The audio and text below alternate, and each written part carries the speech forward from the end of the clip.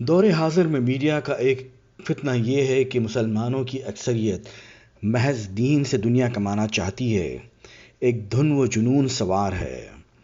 Media میں محو ہو کر اس طرح کے مسلمانوں نے مذہب کو کھیل تماشا بنا لیا ہے۔ میڈیا کا مظاہرہ کریں، کوئی اپنے انداز و فن سے اداکار ہے، کوئی اپنے گرفت گفتگو سے مقرر ہے، کوئی اپنے مقدر سے مشہور ہے، کوئی اپنے افکار و طرز بیانی سے معروف ہے، کوئی اپنے دلچسپ داستانوں سے نامور ہے، کوئی جھوٹے قصے و افواہوں سے اوروں کو اپنی طرف متوجہ کرتا ہے۔ بہت سارے حجاب میں رہ کر بے نقاب ہو کر میڈیا پر وعظ و نصیحتیں دیتی ہیں۔ بہت ہی کم ہے جو اپنے دروس و اسباق سے مخلص و معزز ہیں۔ یقین نہیں آتا میری باتوں پر تو غور و فکر کرے اور خود ہی میڈیا کا جائزہ لے۔ میڈیا میں سبھی مگن ہے۔ آج میڈیا کے لیے سبھی کے پاس وقت ہے، لیکن خود کی اصلاح کے لیے کسی کے پاس فرصت ہی نہیں۔ آج دنیا بھر میں بے شمار لوگ ہیں جو میڈیا کے ذریعے دین کو میڈیا کے طور طریقے سے پیش کرتے ہیں۔ مثلاً دین کی بات 2 منٹ کی ہو تو وہ ویڈیو شارٹ نہیں بن سکتی۔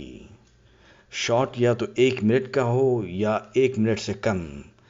تبھی تو لوگوں کی توجہ بے شمار میڈیا چینلز کے دستور و نظام پر ہوتی ہے، اور اسی لیے مختصر کہہ کر اپنی بات کو ختم کر دیتے ہیں۔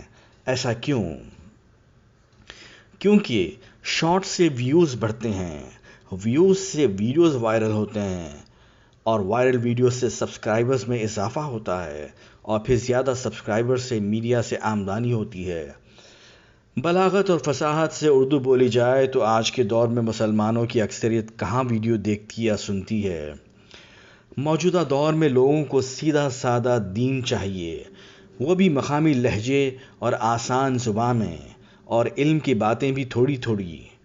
لوگ اسی میں خوش ہیں، اور میڈیا پر ایسا انداز بھی کامیاب ہے، کیونکہ دن بدن ویوز اور سبسکرائبرز میں اضافہ ہوتا ہے، اور ایسے مخصوص و نامور چینل جلد عروج میں آتے ہیں۔ اسی لیے دین کو لے کر لوگ دین کو مختصر مفید پیش کرتے ہیں۔ ایسے میں حقیقتاً دین کا کچمبر ہو رہا ہے، لیکن ایسا ہی انداز و رواج میڈیا پر ابھر رہا ہے، اور عوام یہی سب کچھ پسند کرتی ہے، اور مبلغین و مقررین اسی میڈیا کی شطرنج کی چال و اسلوب سے واقف ہو گئے ہیں۔